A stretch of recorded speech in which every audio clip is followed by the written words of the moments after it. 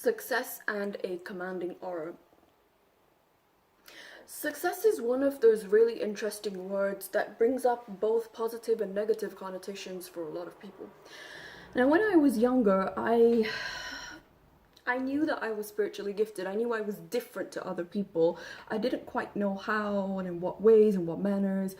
Didn't really say anything much to my family members. I just kept a lot of it to myself.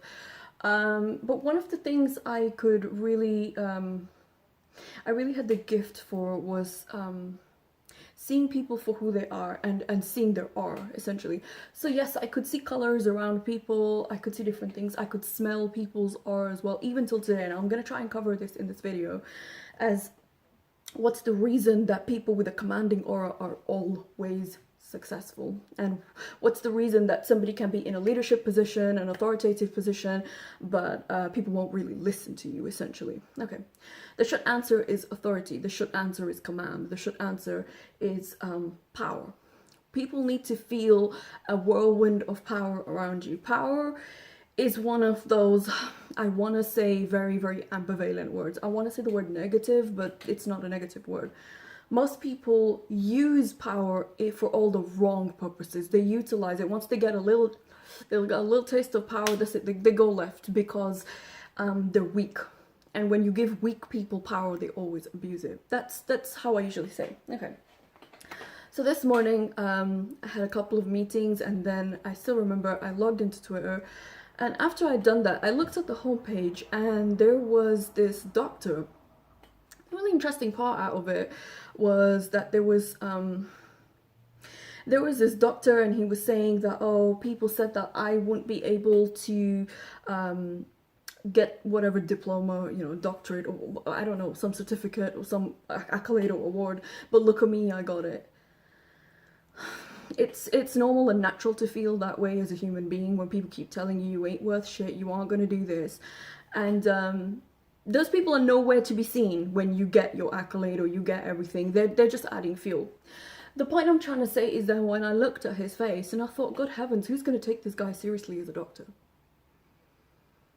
There is a certain biological, it can be neuroplasticity-wise through the brain, but there is certain biological impulses that we look to people of leadership. Number one, they're not particularly friendly. I know this is going to sound a little controversial when I say this. They're not very approachable. Somebody who can take a strong leadership position, they have to have a quality of people are intimidated by them. That's part of leadership. And a lot of people think, oh, well, leadership, this leadership, that, blah, blah. People can talk a lot of lip service. But leadership generally involves a certain minutia of distance from people because familiarity breeds contempt. If people feel like they can look at you and everything, they know your whole life, everything, what's going on, they'll lose respect for you because there's no mystery. A lot of people who have not dealt with powerful people, they have not dealt with the super rich, they have not dealt with people who are in positions of power or echelons of power, they will disagree with what I'm saying. People who have the understanding, they have something to protect, they will completely agree with me. One of the things I've often said for people, especially in business, and especially if people work in a role, whether it's from home, whether it's in the office, whether it's outside, it's somebody that really means what they say. Their yes means a yes and their no is a no. And they're not going to, titter back and forth on it like, yeah, it's a yes one day, it's a no one day. It goes back to boundaries. And I know I've had this conversation with so many people, and I had these open conversations as well on video and whatever platform you're watching this on Spartanite, is that there are so many people that are in a position, I want to say, of power, but really the word is authority I'm looking for. They are in a position of authority, but they don't belong there. They don't even look like they belong there. That's the thing. You need to have a certain look. I still remember knowing a guy, I had lunch with him once, and they were doing like second round interviews for the president of a, I'm not gonna say, a very successful bank in the UK. And the guy, he potentially was saying that he was putting him through the process, and he said, you know, he doesn't even know all that much, but I think we're gonna take him. I said, he just looks like the president, doesn't he? Yeah, that's basically it. And so a look is very important, especially in how you come across, how you choose to present yourself, how you don't, because you can write this, you can say this, you can be this, but the first thing people are going to look are for tiny things subconsciously. Like, for instance, when I say that I was looking at that doctor, I just looked at him and I was just like, oh. Like, there was a part of me that was like, oh, almost like I couldn't respect him. Not all as in, there are two types of awe. Awe can be, it can elicit an emotional, sweet emotional response from you. But when I looked at him, he was not somebody that I would trust lead me. I was like, he doesn't even look like he can lead himself.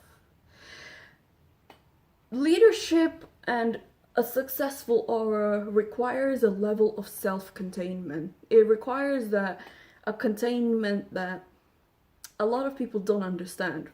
So we live in a world where everybody likes being on social media.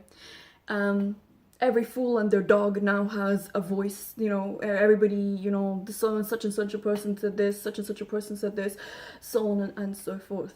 But the challenge that I usually find is that they're just saying that, like, they're telling you their whole life story, and it's like, you're not even an interesting person. That's the thing.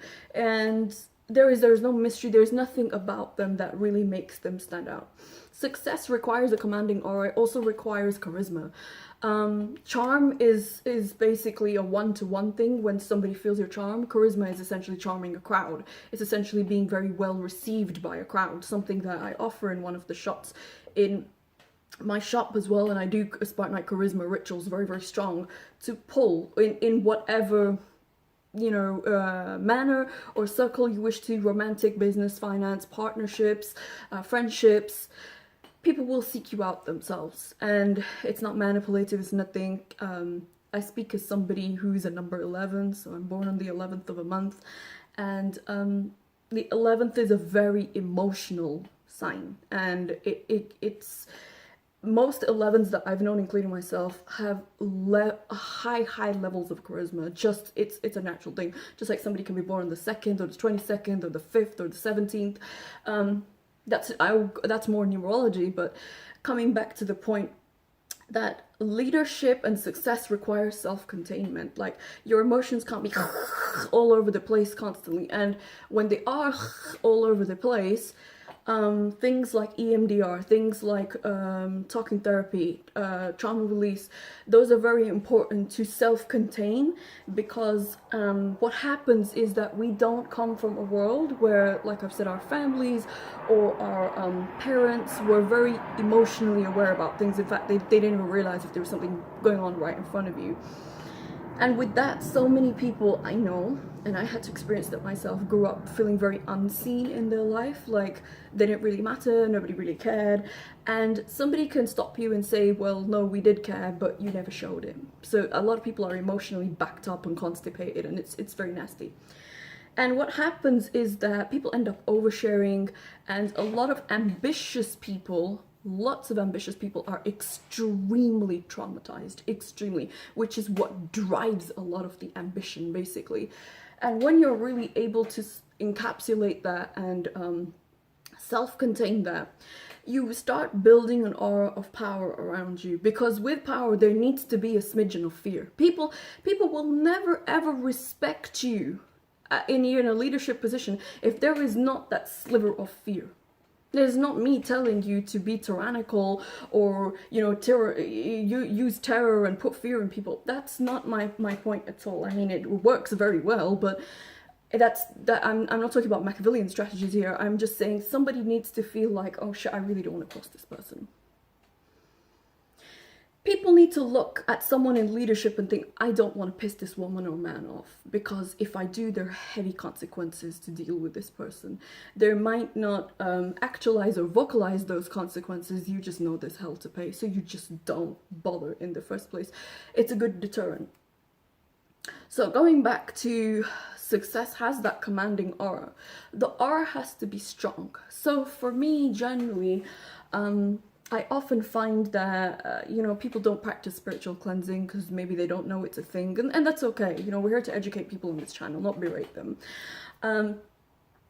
And I feel like when your aura is, it's going to be like taking a shower in the morning and then doing your hair, if you're a woman, obviously, maybe men as well.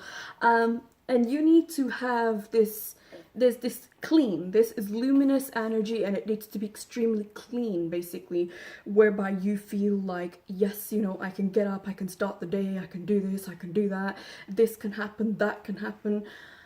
A lot of people can't do that because they're carrying, number one, other people's burdens. Like, people are just coming and dumping their nonsense. No.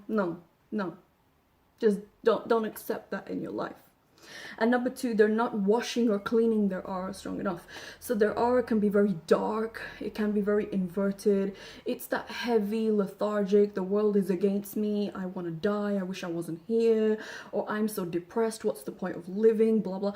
So all the negative, the lower end of the scale starts to like really flourish when you don't wash or clean your aura. And this is generally what you'll find in one of the biggest challenges of leadership is keeping a very robust aura, and it's also keeping a very strong and positive frame of mind. So I never used to be able to understand, because I remember going to a dinner not so long ago and someone said, oh my god, it's so nice to see you, you're always so happy, you're always so positive. And I thought, gosh, I don't sit there like a clown and smile all the time.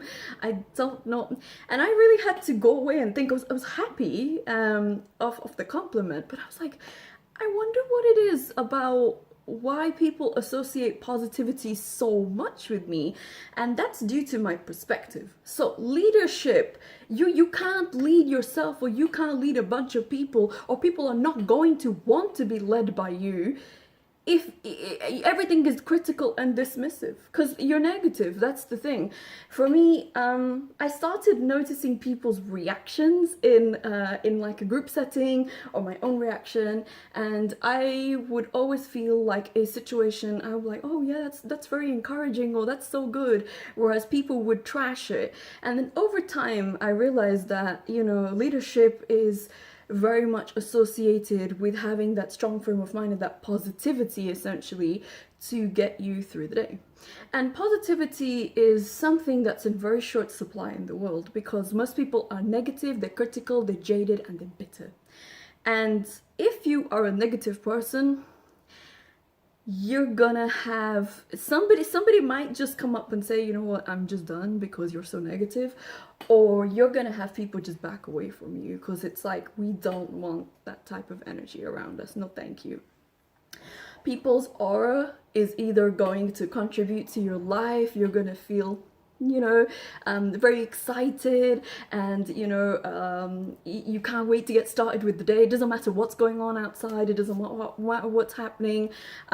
You have joy inside, as opposed to a person where the glass is always half empty and they're always negative, they're always looking for something to complain about. And having a strong aura includes a lot of positivity, includes somebody that it's the can-do attitude. Like, it might be hard, I might be tired, I only had 4 hours sleep, it doesn't matter, I'm gonna get up, if it's not today, it's tomorrow, And it may sound very, that's toxic positivity. Toxic positivity is not positivity, that's the thing. It just dismisses people. It's like, oh, don't worry, you'll get over it. It's like, come on, don't do that with people. But having a successful, strong aura is one of your key chief goals to winning and having success. And especially if you are an ambitious person, you watch this channel, you love my videos, ambition, it requires a level of ruthless positivity. Like, you have to manufacture positivity where there's none. You can't see any positivity with people around you, but you yourself, you choose to stay in a happy vibration, a love-based vibration. You're feeling good. Maybe you play your 1980s music. One of my spirit guide, Bellevue, absolutely loves that type of music, and it's always like those peppy, happy dance movies and those type of things. And a lot of people are so jaded. they're so jaded, they can't enjoy that stuff. They're so jaded that even when you, it's like that misery likes company. And just like the rich and poor are two polar opposites based on mental frequency and energetics, hence one struggle with money and one don't. I mean, the rich do struggle with money as well, but they struggle more of like, we need to figure out how to handle this appropriately. The poor struggle with attracting and retaining it. So essentially both are struggling with the same thing. We can take parallels of that in the negative and the positive, essentially. A negative person, eventually, you're gonna start to feel something's wrong. Like, I don't really feel good around this person. I used to think that, like, I don't really want to spend time with this person. I don't feel good around this person. I hadn't really figured it out that the person was negative. It was like very much like I really had to cognitively sit with it. And some people, I constantly felt like, oh, I want to pick up the phone. Oh, I want to talk to them. Oh, I'm excited that their name's ringing on my phone. That's how I started to realize people who are negative and people who are positive. People who, you're not gonna get anything from them. They're empty husks. And you see, the problem is that when you stop filling your own cup, you start draining other people, which is the biggest thing we see.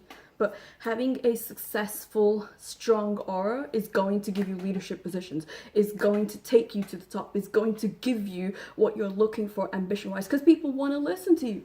You make them feel good. There's a, like I've said, there's a dire shortage of people in society that make people feel good. People are moany, negative, critical, bitter, jaded. Like the whole of the UK is like that. That's like, I just speak from experience that people in the UK believe smiling at people or being happy is a disease. You know, they're just, they're not friendly people, okay? It's just a cultural problem. The entire UK is that way. London is probably the worst offender. Like I've lived in other parts of the country and I've traveled extensively in the UK, and some people are a little bit more open, they're nice, but for the most part it's almost like not being able to live without moaning and whinging about something, which is again critical, negative and bitter energies.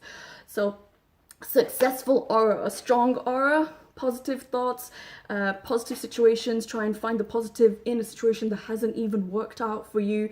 And if you keep playing that game in your head, eventually it will click and you'll just remain in that very strong frame. And when people feel that positive, that happy energy, that you know, it doesn't have to be my type of happy, where mine is a hee hee hee. It's always like that. It's the delightful energy, it's playful, it's mischievous, but people very much enjoy it. My clients enjoy it. I love being that way. Nobody can ever accuse me of being stuck up or miserable. I don't smile or I'm not happy. I usually get compliments on every places, wherever I go. I still remember during the shutdown situation, I had to go see my dentist to have my final like braces appointment, and she said, wow, you look like you're in high spirits. I was like, yeah, just staying at home. Yes, I'm in high spirits because I don't listen to garbage. I don't listen to things like news or media or something. I'm not interested in that because it's not going to make me feel good. So work on your aura, wash your aura, clean your aura, always offering aura cleanses in the store, recalibration of your energy. Feel good, just this luminosity, this positivity, and actually you'll be rewarded very well because people like to share opportunities with people who make them feel good. It's a feel good thing. It's not that you're going out and per se making people feel good for an agenda. It's just because you feel good, people naturally feel good with you as well.